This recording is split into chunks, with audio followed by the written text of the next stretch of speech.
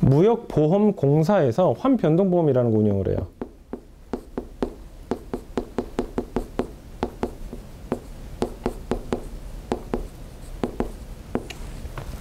환변동보험. 그 옛날에 캠코 사태 그런데 어떻게 그거죠. 환변동보험이라 들어가지고 제가 어느 날 보험을 들겠다고 하는 거죠. 내가 토탈 금액이 뭐 6억 원어치다, 10억 원어치다 가입을 해놓고 그 환율에 맞춰서 픽스를 딱 시켜놓으면은 여기서 환율이 떨어지게 되면은 수출자한테 불리해지는 거죠. 그래서 그 차액을 뭐 해서 뭐 30원이 떨어졌다. 그럼 예를 들어서 뭐 5억 원을 가입했는데 5억 원 달러당 1,000원으로 계산해가지고 50만 불을 가입했는데 50만 불이죠. 50만 불 계산해 볼게요. 50만 불인데 30원이 떨어졌다. 3, 5, 15, 1,500만 원이 이제 그만큼 보완을 해주는 거죠. 근데 이게 왜 캠코 사태가 왜 문제가 그때 커졌었냐면 환율이 갑자기 급등을 해버리다 보니까 대금 그러니까 뱉어내야 되는 거예요. 뱉어내야 되다 보니까 문제가 생겼는데 이게 우리 이베이 셀러들한테는 굉장히 이건 유리하다고 저는 생각해요. 왜 그러냐면 이렇습니다. 지금 예를 들어서 오늘 뭐 그 유조선을 제가 팔아요. 유조선을 팔았는데 그 유조선을 6개월 뒤에 돈을 받기로 돼 있었죠. 6개월 뒤에 받기로 돼 있었는데 갑자기 경기가 딱 그때 그 당시에는 요동을 딱 쳐버리니까 6개월 뒤에 배를 받기로 한 사람이 계약금 그냥 내가 버릴게 하면서 그냥 계약을 취소해버리는 거예요. 그러니까 받을 돈이 안 들어오게 되는 거예요. 안 들어오게 되고 그 계약금 뭐 5%, 10% 아니면 안 받았을 수도 있고 그럼 거기서 이제 일단은 얼마 안 되는 거예요. 그런데 환변동 보면 그 30%뭐 급등했다. 50, 그때 환율이 거의 890원, 900원대였던 게 1,500원, 600원까지 올라갔어요. 한 7, 80%가 급등해버린 거예요. 뭐 계약금 10% 받았는데 10% 받고 나서 50%를 뱉어내야 되는 상황인 거예요. 그러니까 그 요조선 뭐 금액이 크면 클수록 더 심하죠. 그렇게 하다 보니까 얘가 그때 캠코 사태 벌어지고 뭐 캠코 뭐 고발한다지만 솔직히 이건 법리적으로 절대 그럴 수가 없어요. 왜냐 그 반대되는 경우에 피해가 있는지 없는지 봐야 되거든요. 만약에 환율이 그 기업들한테 유리하게 됐다. 그래서 그 기업들이 뱉어내냐? 그러지는 않거든요. 절대로. 그러니까 이거는 법리적으로 어떻게 안 되는 거예요.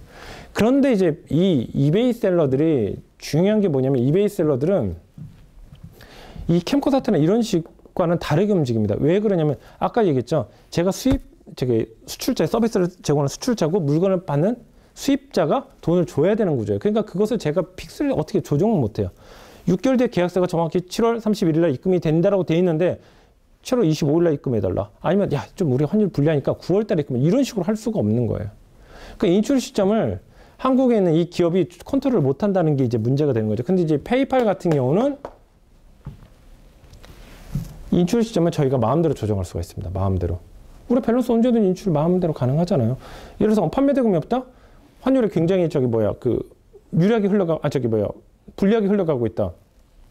그럴 땐 인출을 홀드 시켜놨다가 그 구매 대금을 한국 그냥 은행에서 그냥 대출을 받아서 어차피 은행 금리 연금리자면 4, 5%밖에 안 되니까 그거 가지고 하고 그걸 가지고 판매된 걸 가지고 환율이 올랐을 때 그때 인출하는 거예요. 그럼 이제 이 환변동 보험에서 뱉어낼 거 서로 상충시키면서 리스크를 없애버릴 수가 있죠. 근데 정반대로 우리한테 굉장히 유리한 구조로 돼 있다 하면은 환율대로 인출해버리고 변동되면서 가져가 버리는 거예요. 그러니까 이게 일반적인 그 인출, 그러니까 한국에 입금되는 시점을 컨트롤할 수 없는 수입자 같은 경우는 불이익이 될 수도 있고 이익이 될 수 있는데 이베이 셀러들 같은 경우는 이걸 적절하게 조율할 수가 있어요. 그래서 경기가 지금처럼 환율이 하락 추세에 있다 그러면은 이것을 능동적으로 이용해서 남들보다 더 공격적으로 나갈 수가 있고 환율이 급등하는 추세다. 보통 그럴 때는 사람들이 환율을 특히 환변동보험 가입을 안 하죠. 그다음에 한다 하더라도 그거 페이팔 인출 시점에 급등하네? 그러면 3일만 딜레이 시키자. 오늘은 그 환율을 그걸로 거래했는데 일부러 한 달 정도 딜레이 시키는 거예요. 그거 받아서 수익 생기죠? 그럼 여기서 뱉어내는 것도 뱉어주는 거죠. 그래서 서로 상충을 시킬 수가 있어요.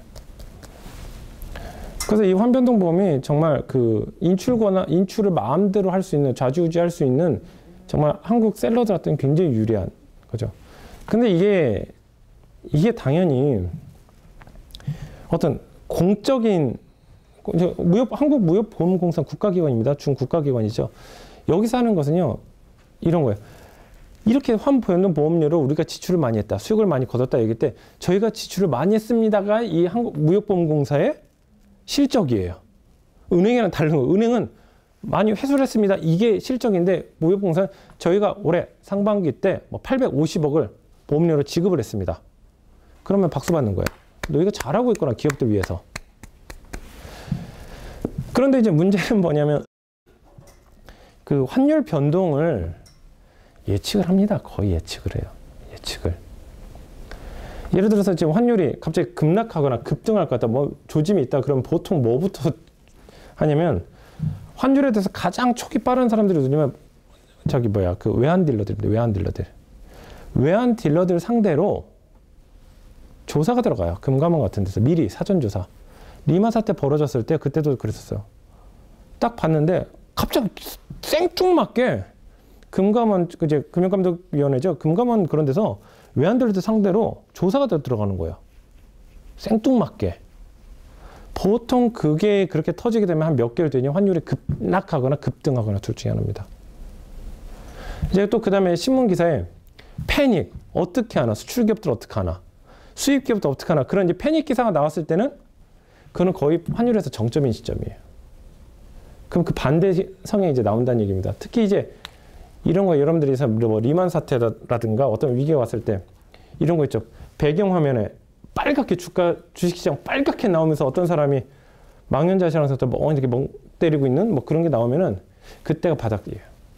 근데 어떤 경제학자는 심심해가지고 신문에 주가 폭락으로 자살, 뭐 관련 키워드의 그 값과 주식의 어떤 어떤 그 시장의 바닥권이라는 통계치를 내봤는데 거의 근접하더래요. 그래서 그런 것들을 종합적으로 판단을 해보면 아 이게 어떻게 됐다 이게 나와요. 이거 뭔가 또 이상하다? 그럼 또 그거에 대해서 또 분석을 하면 되는 거고. 참고로 리만 사태 때 이제 주가가 폭락하죠. 주가가 가장 먼저 폭락을 하면 어느 기업도 폭락을 하냐면 뭐랄까 어느 기업도 폭락을 하게 되면 IT 기업도 폭락을 하기 시작해요. 그 다음에 주가가 어떤 이제 경기가 좋아졌다? 그럼 IT 기업도 갑자기 올라가기 시작하고 또 바꿔서 또 얘기하면은 환율 급락도 대충 예상할 수 있어요. 일본 엔화 환율과 달러 환율, 기축통화는 역시 달러거든요. 엔화 환율이 급락했다. 그럼 보통 10일에서 15일 정도 뒤에 달러가 급락하기 시작해요. 올라갈 때도 달러가 먼저 올라가요. 달러가 먼저 올라간 다음에 보통 15일이나 10일 뒤에 아니야. 엔화가 먼저 올라가고 그 다음에 약 10일에서 15일 뒤에 이제 달러도 같이 움직입니다. 그러니까 이게 변수가 전반적인 큰 호재가 없는데 단기적으로 왔다 갔다 하는 경우는 있어요. 그럴 때 타이밍 잡으면은 약간 그 환율 보험으로서 약간 이익도 가져갈 수 있는 부분도 좀 있습니다.